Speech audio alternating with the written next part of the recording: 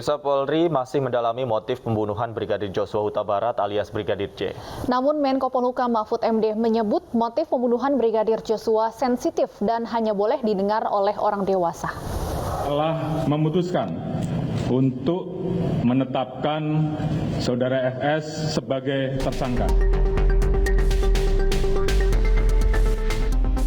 Kapolri Jenderal Listio Sigit Prabowo telah menetapkan 4 tersangka dalam kasus kematian Brigadir Joshua. Keempat tersangka ini yakni mantan Kadif Propam Polri Irjen Verdi Sambo yang berperan sebagai otak pembunuhan.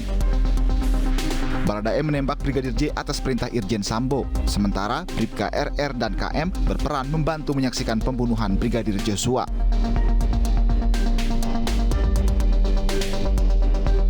Tiga tersangka Irjen Verdi Sambo, Bribka RR, dan KM dijerat pembunuhan berencana dengan ancaman hukuman mati. Sementara Baradae dijerat pasal pembunuhan dengan ancaman hukuman maksimal 15 tahun penjara. Sementara terkait motif pembunuhan, Kapolri Jenderal Listio Sigit Prabowo mengatakan hal tersebut masih didalami. Motif atau pemicu terjadinya peristiwa penembakan tersebut saat ini tentunya sedang dilakukan pemeriksaan dan pendalaman terhadap saksi-saksi termasuk terhadap Ibu BC. Namun Menko Polhukam Mahfud MD menyatakan motif pembunuhan yang dilakukan Verdi Sambo sensitif dan hanya boleh didengar oleh orang dewasa. Saya kepidana juga, oleh sebab itu kita tunggu. Yang penting sekarang telurnya itu udah pecah dulu. Itu yang kita apresiasi dari Polri. Soal motif biar nanti dikonstruksi hukumnya, karena itu sensitif.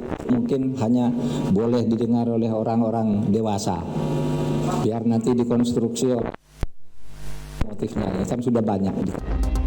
Sementara itu nama AKP Rita Sorsa Yuliana menjadi perbincangan warganet usai kasus kematian Brigadir Joshua yang menyeret nama Irjen Verdi Sambo. Mantan Kasat Lantas Polres Lombok Timur Nusa Tenggara Barat ini disebut-sebut memiliki kedekatan dengan Verdi Sambo. Namun Rita membantah kabar miring ini. Di akun Instagramnya ia buka suara.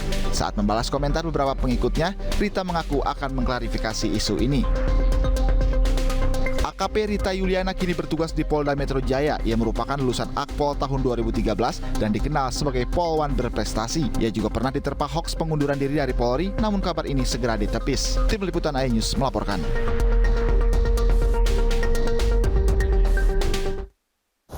Motif pembunuhan Brigadir Joshua masih menjadi misteri. Lantas bagaimana jejak kasusnya? Untuk membahasnya sudah bergabung bersama kami Ketua LPSK Hasto Atmojo Suroyo dan Kuasa Hukum Baradae Deolipa Yumara. Selamat sore Pak Hasto dan Pak Deolipa. Selamat sore. Baik, saya ingin langsung ke Pak Deolipa.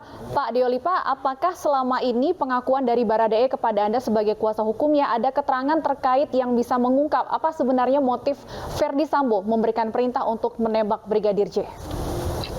Tidak ada keterangan apapun juga.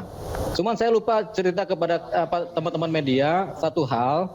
Jadi pada waktu saya bicara dengan Richard ini, si Eliezer, dia menyatakan keluarganya sudah diamankan oleh Brimob. Jadi Brimob dari posanya Brimob sudah mengamankan keluarganya. Jadi keluarganya dalam kondisi yang aman di Brimob, di wilayah Brimob. Pengamanannya oleh Brimob langsung. Itu aja. Tapi mengenai motif tidak ada. Baik, artinya tidak ada Baradae cerita pada keterangannya kepada Anda atas dasar apa atasannya menyuruh untuk menembak Brigadir J? Tidak ada. Sama sekali tidak ada. Oke. Baik, saya ingin ke Pak Hasto. Pak Hasto, kemarin LPSK sudah memeriksa Ibu Putri Chandrawati. Adakah keterangan dari Ibu Putri yang bisa mengungkap soal motif pembunuhan Brigadir Joshua? Tidak ada. Jadi yang bersangkutan sama sekali tidak memberikan keterangan apapun karena ya barangkali masih trauma berat ya.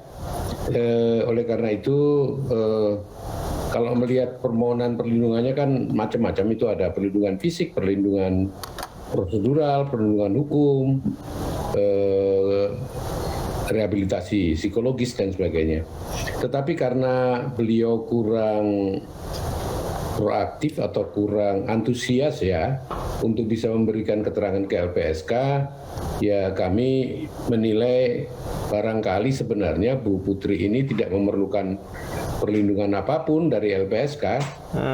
Jadi kami juga tidak tahu apa maksudnya mengirimkan permohonan ke LPSK ini.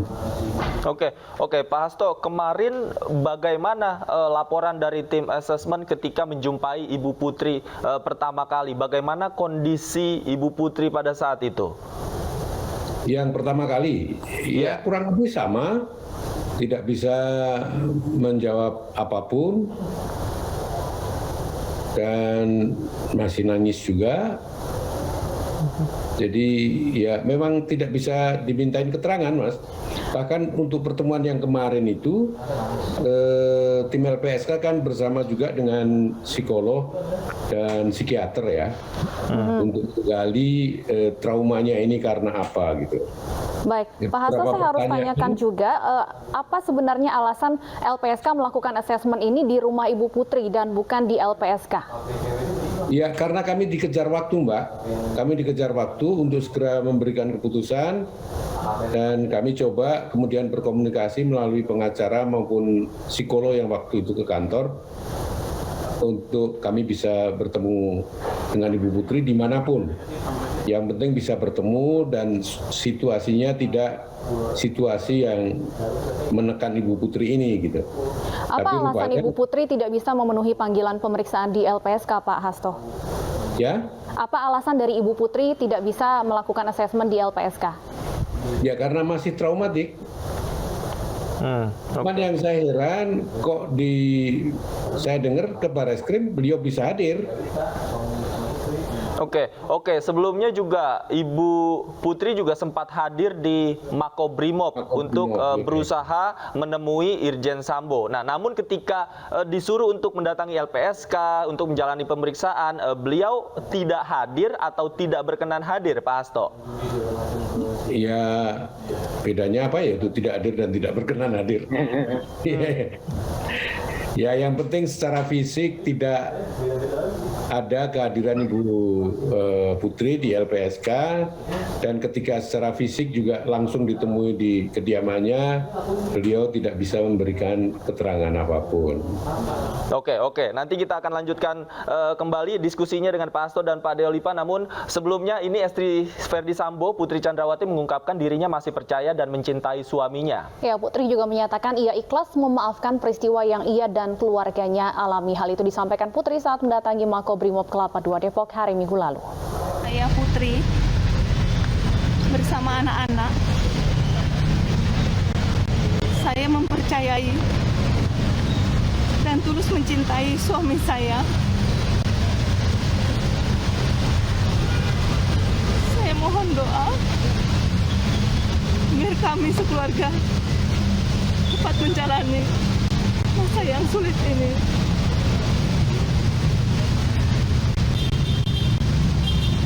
Dan saya ikhlas memaafkan segala perbuatan yang kami dan keluarga alami. Kami lanjutkan dialog, masih bersama kami Pak Hasto Atmojosroyo, Ketua LPSK, dan Pak Dioli Payumara, Kuasa Hukum Baradae. Pak Hasto, ada yang menarik, tadi Anda menyebutkan bahwa dari hasil asesmen Ibu Putri ini tidak memerlukan perlindungan sebenarnya. Bisa jelaskan lebih jauh mengenai hal ini, Pak Hasto? Ya, beliau ini kan mengajukan beberapa jenis layanan perlindungan, misalnya perlindungan fisik, perlindungan prosedural, perlindungan hukum maupun rehabilitasi psikologis. Ya, dari keempat permohonan ini, perlindungan fisik kalau memang yang bersangkutan memerlukan, tentunya akan segera berkomunikasi dengan LPSK. Misalnya untuk ditempatkan di rumah aman atau di ya apalah yang bisa dilakukan oleh LPSK. Kemudian perlindungan prosedural, ini kan perlindungan yang diberikan kepada terlindung LPSK untuk didampingi dalam setiap proses yang dia jalani, baik itu di penyelidikan, penyidikan maupun di dalam proses peradilan. Nah, ini kan ada saya dengar yang bersangkutan juga pernah diminta kehadirannya ke Barreskrim untuk dimintai keterangan begitu ya. Nah ini kalau sudah menjadi terlindung LPSK, mestinya dia didampingi oleh LPSK. Tetapi karena bisa sendiri ya tentu saja urgensi kebutuhannya kan tidak terlalu nampak ya. Kemudian asesmen psikologis. Asesmen psikologis ini sudah dilakukan oleh psikolog yang cukup banyak dan saya kira juga upaya pemulihan sudah dilakukan oleh para psikolog itu. Nah, ketika kami diminta untuk mengadopsi saja hasil dari psikolog itu, kami tolak karena memang yang pertama kami adalah lembaga independen dan yang kedua asesmen psikologis LPSK itu bukan hanya untuk memberikan perlindungan rehabilitasi psikologis, tetapi yang lebih penting lagi untuk mendalami sebab traumanya ini apa. Apakah ya karena kekerasan seksual atau ada sebab-sebab lain. Baik. Saya ingin kembali ke Pak Deolipa. Pak Deolipa, apakah selama ini Baradae pernah mungkin bercerita kepada Anda, khususnya terkait apa yang dialami oleh keluarga Ferdi Sambo di rumah, termasuk dengan kondisi istrinya? Jadi ini keterangan kepada saya sebagai pengacara ya, yang sifatnya non pro justisia, karena bicara empat mata lah ya. Jadi sekitar tanggal 7 Juli itu ada posisi di mana ya ada persoalan lah di Magelang, di rumah di Magelang.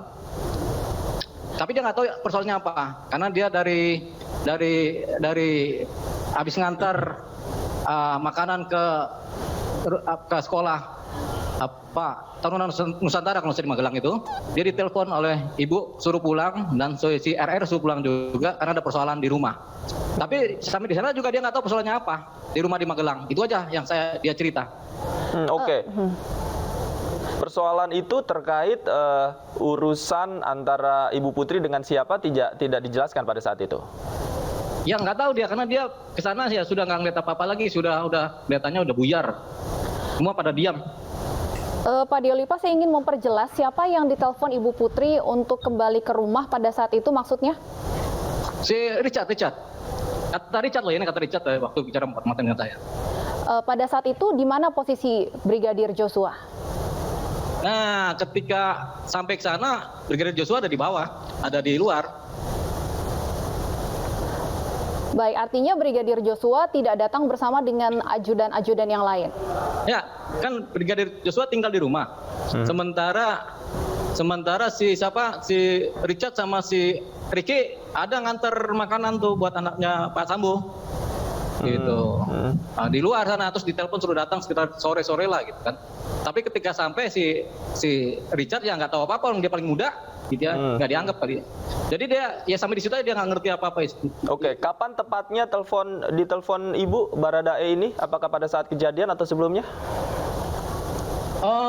Waktu di Magelang, sekitar tanggal 7. Sekitar tanggal 7 sehari sebelumnya berarti ya? Iya, sehari sebelumnya. Kan masih di Magelang pada tanggal 7 itu. Oke.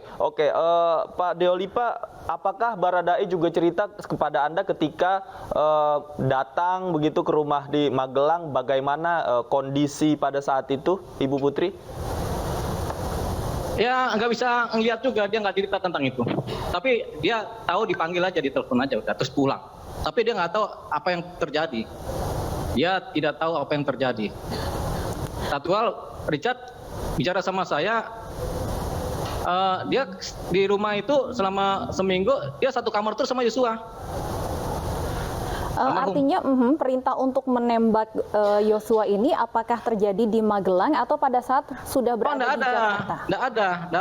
Nggak ada itu nggak ada cerita apa-apa. Sampai berangkat ke Jakarta pun nggak ada cerita apa-apa itu.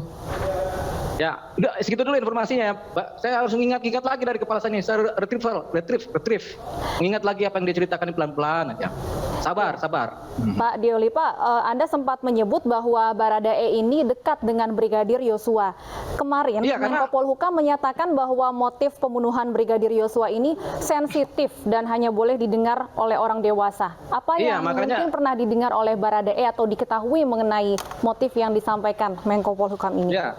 sebenarnya kita kan udah orang dewasa semua yang di sini kan. Cuman kan yang nonton kan di publik kan ada anak-anak ini kan. Jadi saya nggak berani cerita juga, ini banyak anak-anak kan kata Menko Polhukam hanya sensitif. Hanya untuk orang dewasa. Makanya kalau mau cerita nggak di sini nih, nggak ditonton oleh anak-anak ini. Oke, baik. Ya. Saya kembali ke Pak Hasto. Pak Hasto, terkait apa yang disampaikan oleh Menko Polhukam bahwa ada hal-hal sensitif yang menjadi latar belakang kasus penembakan Brigadir J ini, apakah LPSK juga menerima informasi yang sama? Tidak, jadi tidak ada informasi. Barangkali kemarin ada mungkin Pak Dioliva menyampaikan ke salah satu wakil ketua, saya sendiri tidak tahu. Tetapi begini, LPSK kan tidak masuk ke dalam substansi ya. LPSK itu lebih pada perlindungan pada saksi dan korbannya agar bisa memberikan keterangan secara baik, merdeka, tidak terintimidasi gitu.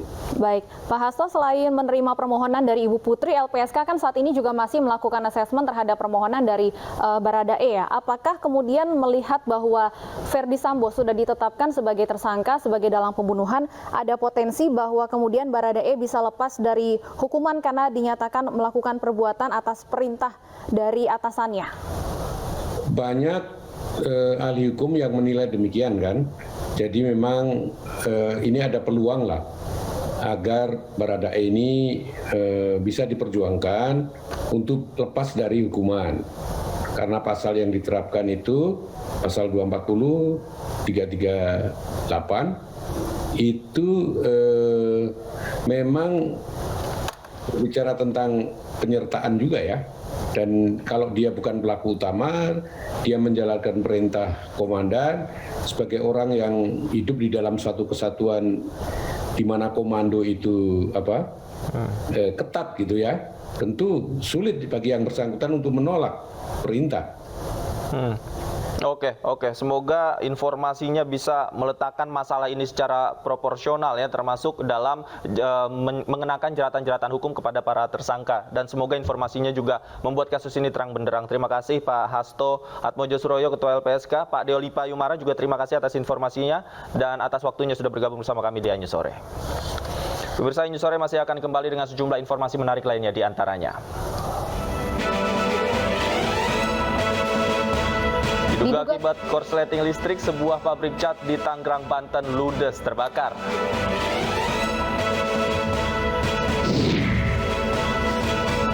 Petugas PPSU yang menganiaya kekasihnya di Mampang, Jakarta Selatan dipecat dan akan diproses hukum.